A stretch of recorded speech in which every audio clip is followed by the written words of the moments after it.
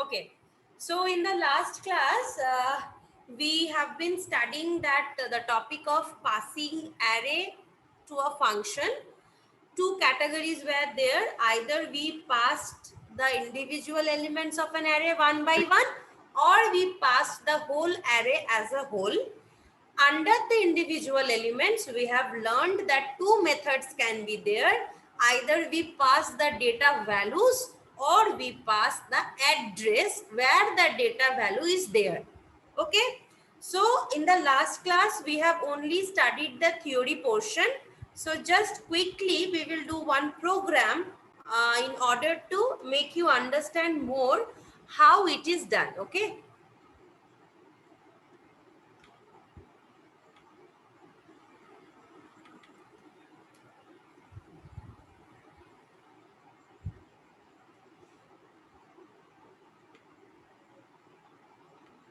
Okay, let me delete all these things. Okay. I will just write a program, suppose to read an array of n numbers and then find the smallest number. So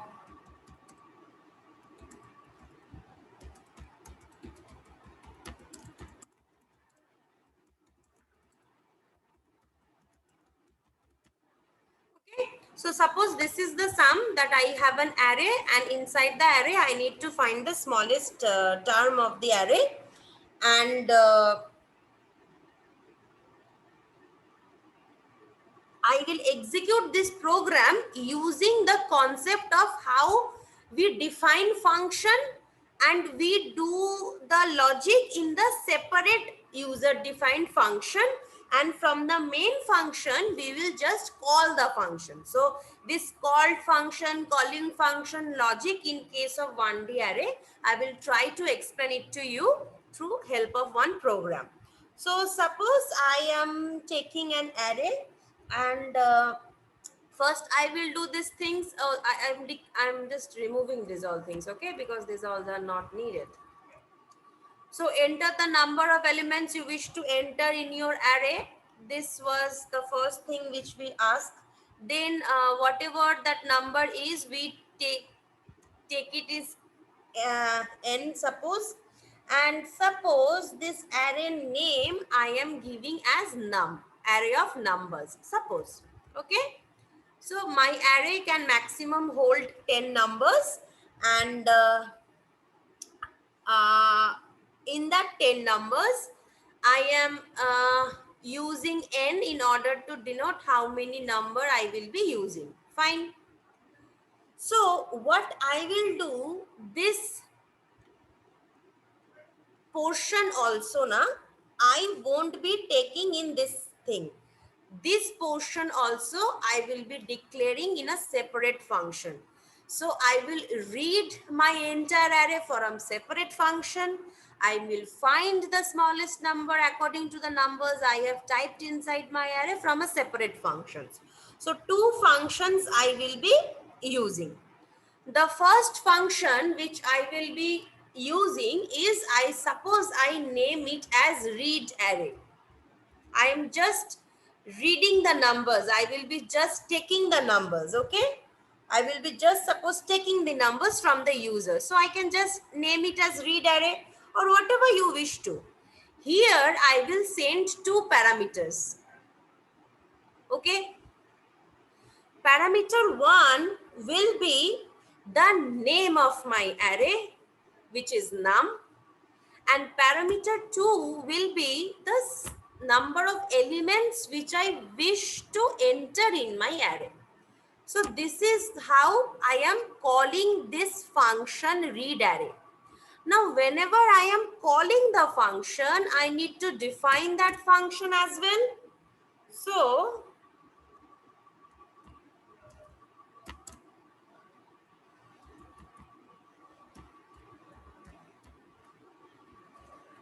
same function name it will help. Here, these two parameters, that is this array name and this parameter, here also I need to declare two parameters, and in that declaration I need to declare it with uh, data type also. So my array, it is of integer, right? So here also my array will be of integer. Here my n is of integer, right? Here also I will write n to be integer. I have explained you the other day, I can keep same name or I can keep different name, right? I have explained you. So two things only I am executing to make you understand both are correct. You can use the same name or different name, or you can use the same name or different name. One name I have kept same in my whatever is in my main function, another name I have changed. So this is my another function. Now in this function, what will we do? We will take the values from the user according to the number the user will type. So what do we do for that? We just take a counter. I run a for loop, same, just the logic is same. I run a for loop.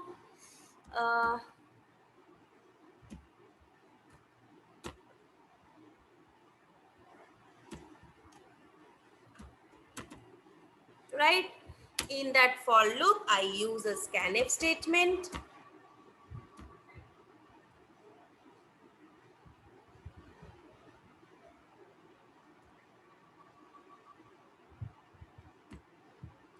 One by one, I will take the data values.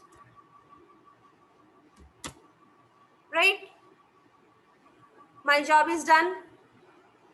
If you notice earlier what we used to do, earlier this line I used to write it over here only.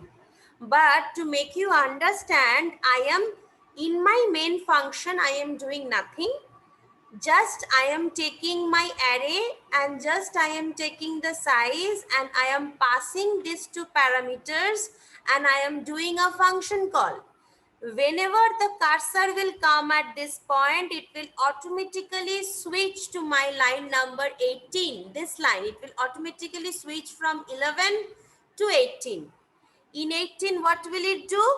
This array, the parameters it will take in this variable, this n, whatever it is inputted, this parameter it will take in this variable.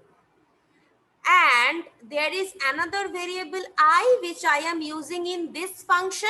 So I have declared it. This n is already declared, right? I need to declare it. Same variable I am using, right? So this, it is taking I. So using this I and this n, I am taking the values one by one from the user. Okay. This is my one function. After I have taken or read all the elements, I will find the smallest number from the element. So that for that also, let us use another separate function. So the function name I am just giving find small. Okay. Can anyone tell, in order to find the smallest element in an array, how many parameters will I send in my this function? This function I have sent two parameters. Now this function also I will send how many parameters? Ma'am, Ma'am, 2. Please write in the chat box who was answering. Actually, there's a problem happening in my laptop. I'm not being able to hear properly without the microphone. 2, right? Dipanshu, 2. Fine, 2. And can you tell what will be these two parameters?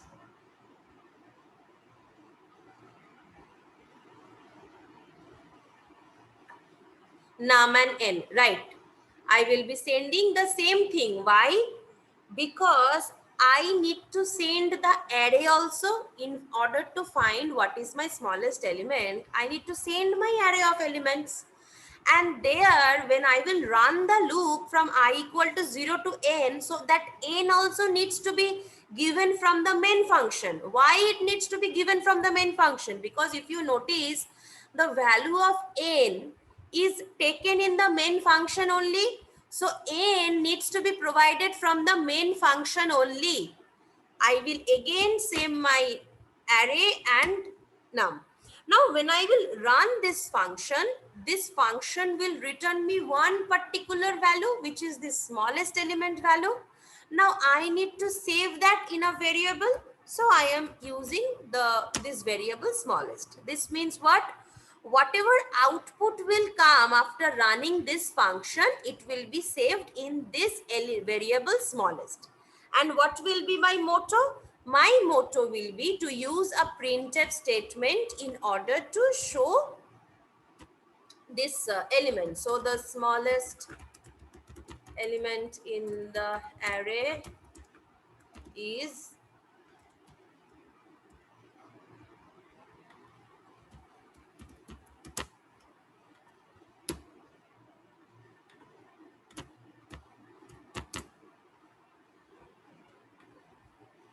okay. So this will be the thing. And since I have taken smallest as a new variable, I need to define smallest as well. Fine. Now this everything is done, but I have not yet defined this function, the work this function will do, right? So again, I need to define this function. Now someone would have asked me, if you were noticing the programs, that here I have used void, but here I am using int. Why is that, right? Exactly the way I have written this find underscore small, the same way I need to write my function. Otherwise, there will be a mismatch between the declaration and the definition. Okay. Now, why is that? If you notice, this function is doing what? This function is just taking the inputs from the user through the keyboard. It is not returning anything. But this function, after it will execute, it will return a particular value to the main function. So for that reason, this is written as void, that is no return type, and this is written as int, that is the return type of the variable from executing this function is an integer, the smallest integer. Okay. Now since again I am again using the same concept.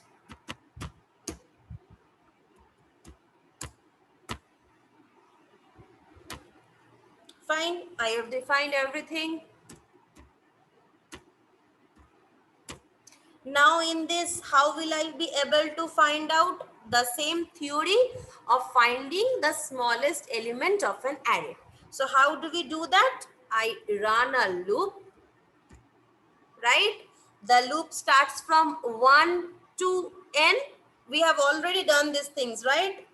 We have already done these things, that I first element in an array, I take it in a variable small, and then starting from the next element, I compare with this element one by one in order to find out the smallest element, right?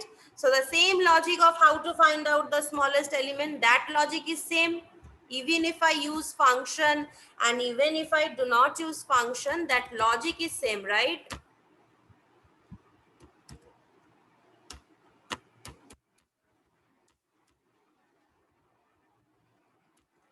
Fine. So here my I will start from 1.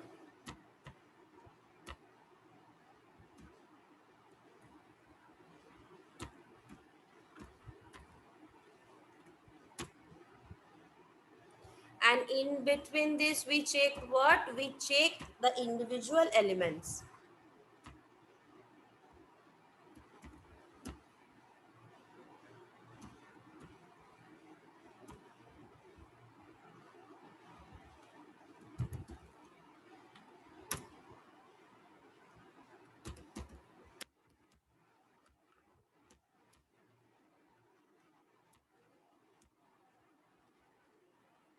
Right? And after this inner loop is executed and we get the result, we return this result to the main function. Fine. Now what did we exactly do? We use the same logic which we have used in order to find the smallest element in an array. First, we take the 0th index element, we store it in a variable, and then from the index 1 location to the last location, we go on checking. If in between I get any smaller element, then I update my small variable, and if not, I keep as it is. So by the end, this entire inner loop will be executed. At the end, I will get a value from my entire array, and that value is saved in this small variable. So what I need to return from this function to my main function, I need to return this small element, right? So whenever my cursor in executing the main function will come to this 11 statement, it will directly branch to statement 18. It will execute statement 19, 20, 21, 22, 23, 24. After this, my cursor will switch to this statement. Immediately when it is in this statement 12, it calls another function. Straight away the cursor will jump to executing statement 26. It won't be executing this statement, but it will jump to execute statement 26. From here, it will go on executing line by line by line. And when I have something to return, again my cursor will go to this statement.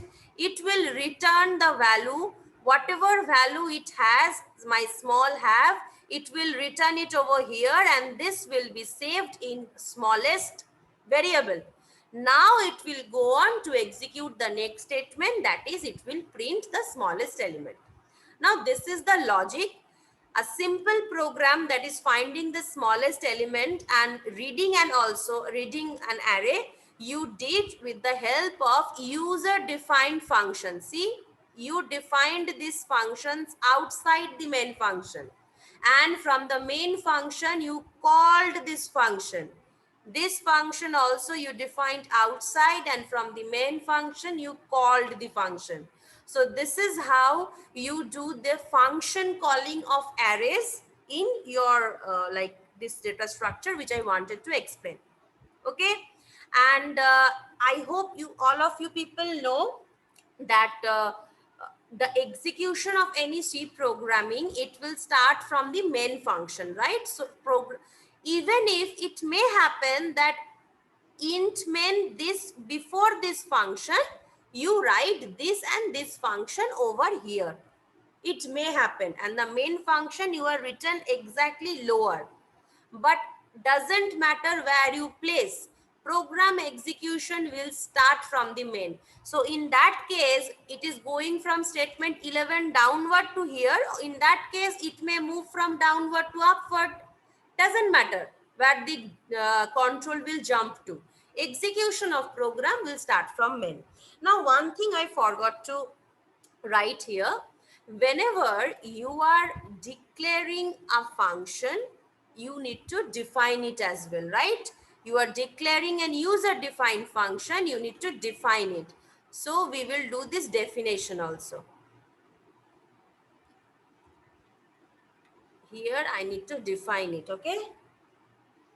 Here I do not need to give anything, I just can leave it as it is. I can just leave it as blank. And here I need to give a semicolon, okay? Again, this function, I need to define it. I can give it as it is blank.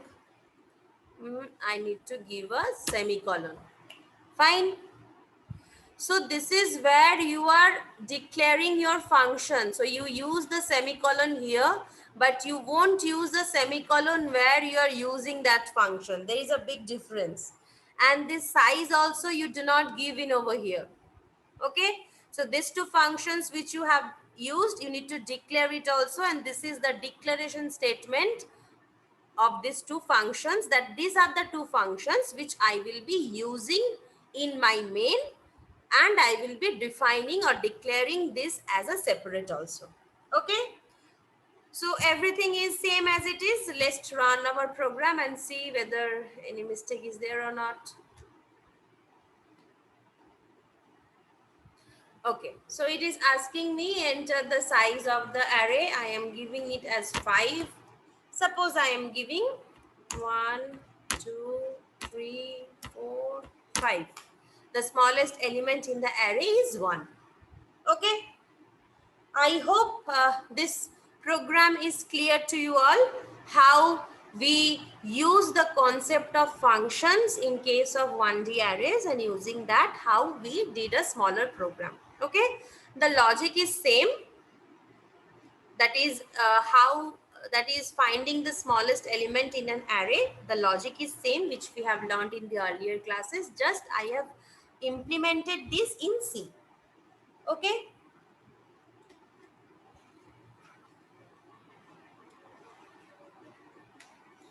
Now we will move on to our next topic, that is 2D arrays. I will stop the share and I will use the whiteboard now.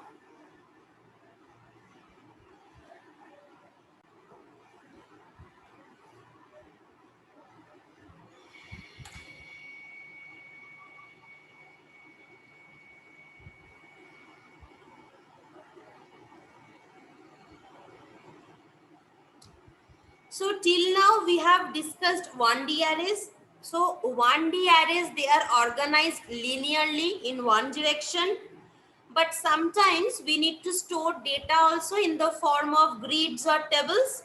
So the concept of single dimensional array is then extend. 1 minute, someone has written something in the chat box.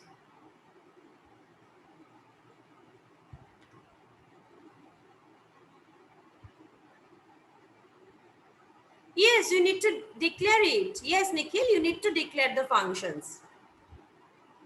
Because when you are, for variables also, when you are using one variable, you are declaring it. So here also, whenever using a function, you are using a function, you need to declare the function. You need to define the function. Okay. So,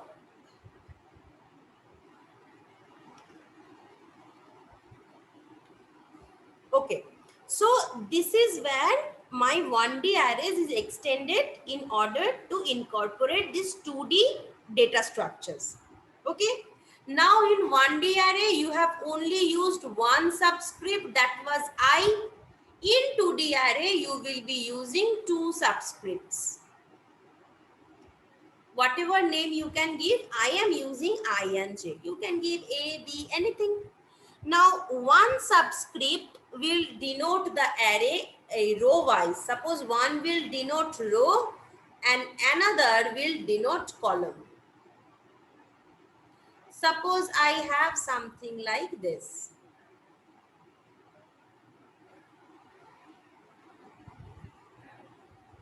Using one subscript, I will denote row 0, row 1, row 2. Using another subscript, I will denote column 1, column 0, column 1, column 2, column 3. Okay. So two subscripts are used to denote two separate things in order in 2D arrays. Now, how should I define, or how do we define this?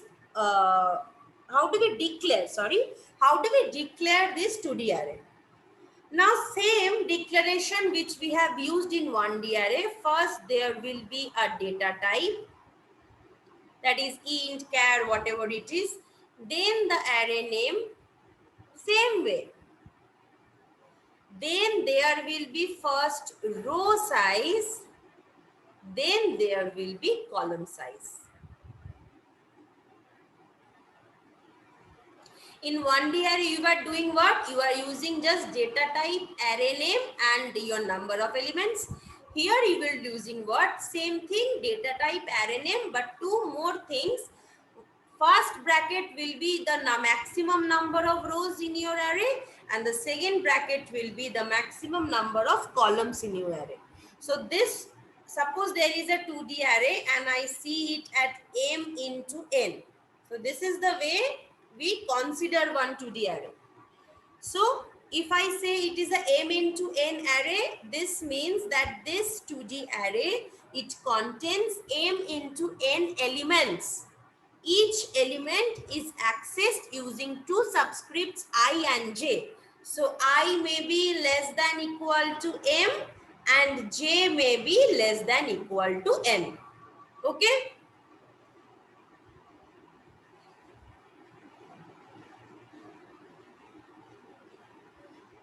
So this is the concept of 2D array. Now why it is used? Suppose I am just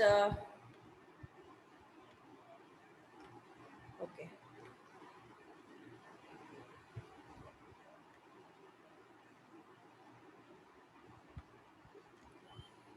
It is predefined that the first one is no one and second one is column size. Yes, it is predefined. Yes. Okay. Now suppose why I am using it. Suppose I want to store marks of 3 students in 5 subjects. Okay. So I have a student name A, I have a student name B, I have a student name C. Okay. And suppose in English he secured some marks, in physics he got some marks, in chemistry he got some marks, in biology, and so on, so on. So what do we get? How do we use it? Marks can be in decimal, so I am defining the data type as float. Then suppose the array name,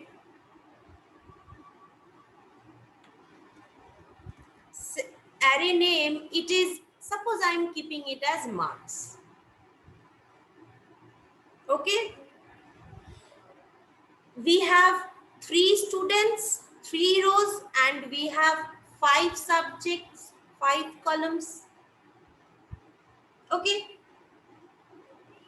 so this is how we have defined, instead of using, instead of this linear thing, we have defined it using the concept of 2D array. Now one thing I want to say you, in the memory, elements will not be stored in this form grid. ऐसे होता नहीं है. Memory में जब store होता है ऐसे grid forum में स्टोर नहीं होता है. It is for our better use that we programmers or we end users, we can understand it better. But elements will be actually stored sequentially in the memory. Okay, because computer memory is basically 1D. So multi-dimensional array elements cannot be stored in the memory as a grid. Here for our own use, we are storing it in the form of grid, or we are displaying it in the form of grid.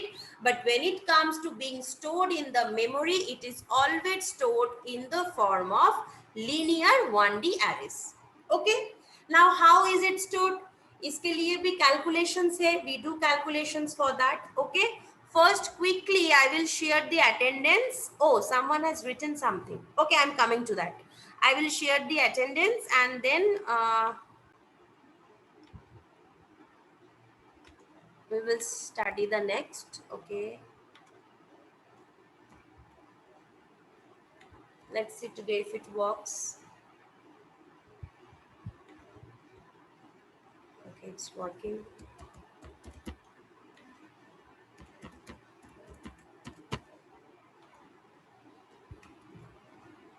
Just a minute, okay?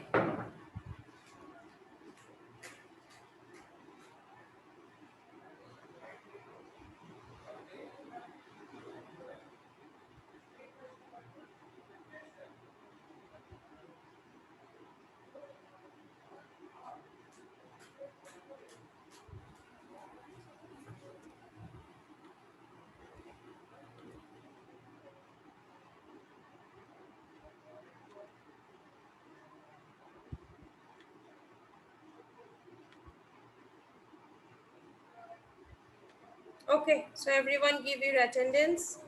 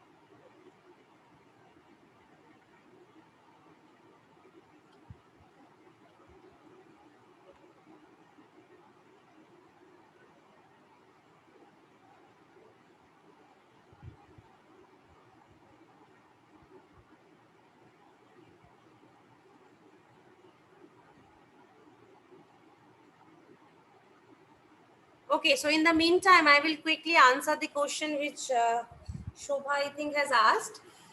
That always we need to define row size first or not. Yes, and the reason is 2D arrays we refer to as array of arrays.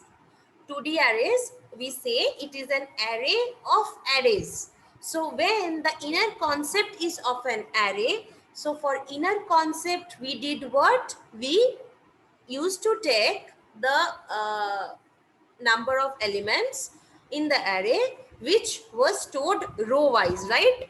So the inner concept is row. So when the inner concept is row, definitely we will have to take row size first and then column size. And also this is a concept of C, and also in Java we consider row measure forms. Okay, so whereas in C or in Java always the row will come first and then the column, and this is the reason for that.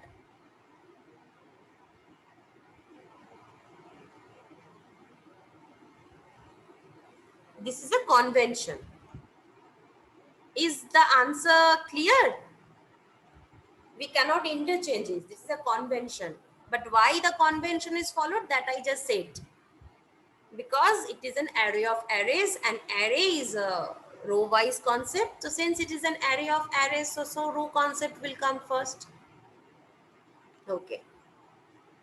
Okay. So I hope everyone is able to, what will I say? Everyone is able to give their attendance. So I will just stop the share and I will return to the whiteboard.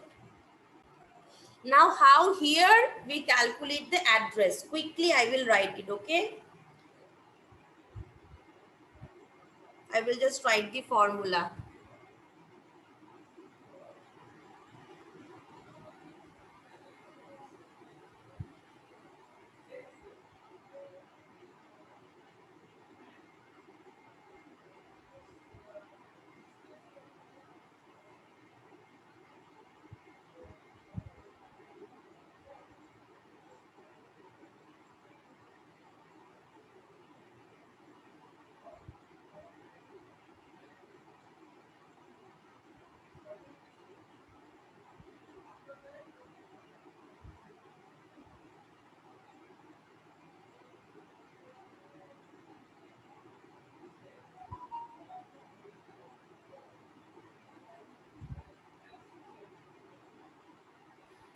here you are able to see two different formulas I have used. Here is the place where the change is occurred. Here is the place where the change has occurred. Here is the place where the change has occurred. Otherwise, both are same, right? Now, this is when I will assume that it is of column measure form. And this is where I will assume that my entire thing is row measure form. Now I hope you already know these things, right? Column measure form, row measure form. So when my array is of column measure form, I will use this concept, this address in order to calculate an element. When it is of row measure form, I will use this address calculation formula in order to calculate. Now this BA, you already know what it stands for, base address of the array. This I and J are the subscripts of the array elements.